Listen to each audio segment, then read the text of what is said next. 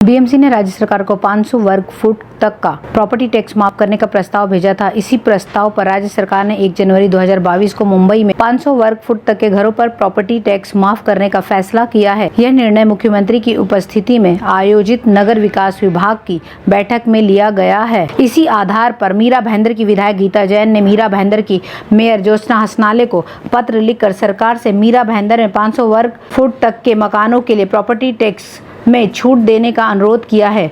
इस पत्र में उन्होंने मांग की है कि मनपा को महासभा की बैठक में प्रस्ताव को मंजूरी देकर जल्द से जल्द आगे की कार्रवाई के लिए सरकार को भेजना चाहिए। पत्र में उन्होंने ये भी कहा है कि प्रस्ताव सरकार को फरवरी से पहले भेजा जाना चाहिए ताकि जल्द से जल्द इसके लिए प्रावधान किया जा सके। माना जा रहा है कि मीरा भाईंदर में यदि प्रॉपर्टी टैक्स माफ होता है तो इससे बड़ी संख्या में मध्यम वर्ग के नागरिकों को फायदा होगा और साथ ही अगर विधायक गीता जैन का यह प्रस्ताव पास हो जाता है तो मीरा भाईंदर में जिनके घर 500 स्क्वायर फीट की हद में आते हैं उनके लिए ये नया साल का एक तोहफा साबित होगा। मीरा भाईंदर में अनधिकृत निर्माण के मामले में अब तक कई नगर सेवक और नगर पालिका के अधिकारी रिश्वत लेते रंगे हाथों पकड़े जा चुके हैं। इसलिए यह स्पष्ट है कि अनधिकृत निर्माण के लिए मुख्य रूप से नगर पालिका के अधिकारी, नगर सेवक और राजनेता जिम्मेदार हैं।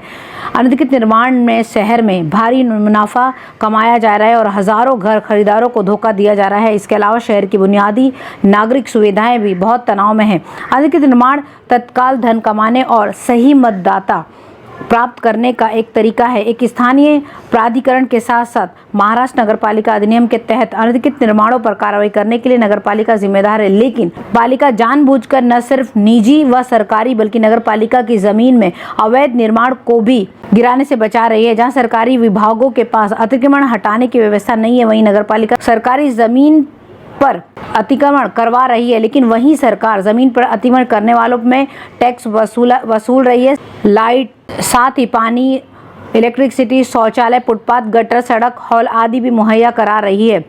नगर पालिका निजी व पालिका की आरक्षित भूमि पर अनधिकृत निर्माण के लिए यही सुविधा देने को तैयार है। नगर पालिका अनधिकृत निर्माणों में रहने वाले लोगों को सुविधा प्रदान करते हुए उनके निर्माणों को संरक्षण का कार्य भी कर रही है।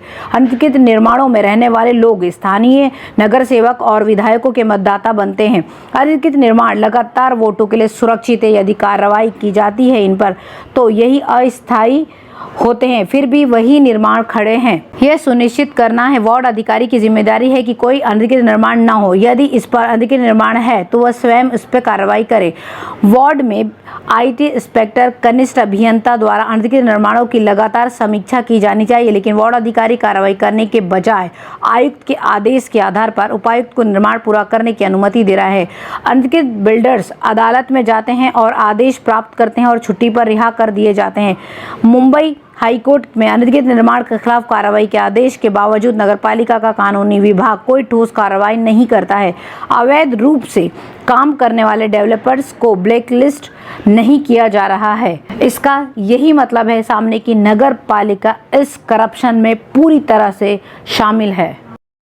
मीरा भाईंदर मनपा आयुक्त दिलीप ढोले को मोबाइल पर जान से मारने की धमकी देने के आरोप में मीरा रोड पुलिस थाने में 2 लोगों के खिलाफ मामला दर्ज किया है।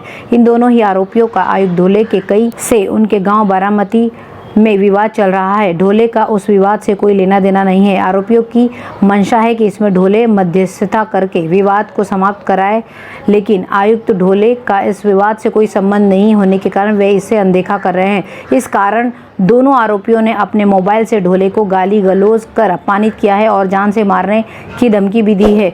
ढोले ने यह भी शिकायत दर्ज की है कि उक्त दोनों आरोपी विभिन्न स्थानों पर उनके खिलाफ झूठी शिकायतें कर उनके व उनके परिवार की छवि सोशल मीडिया के माध्यम से विभिन्न लोगों तक पहुंचाकर खराब कर रहे हैं। इससे पहले भी नगर पालिका के अभियंता दीपक खंबित पर गोली चली थी जिसमें वह बाल बच गए थे और अब आयुक्त दिलीप ढोले को ये धमकी। इस तरह की घटनाएं ऐसे कई सवाल खड़े कर रही हैं कि आखिर ऐसा क्यों हो रहा है।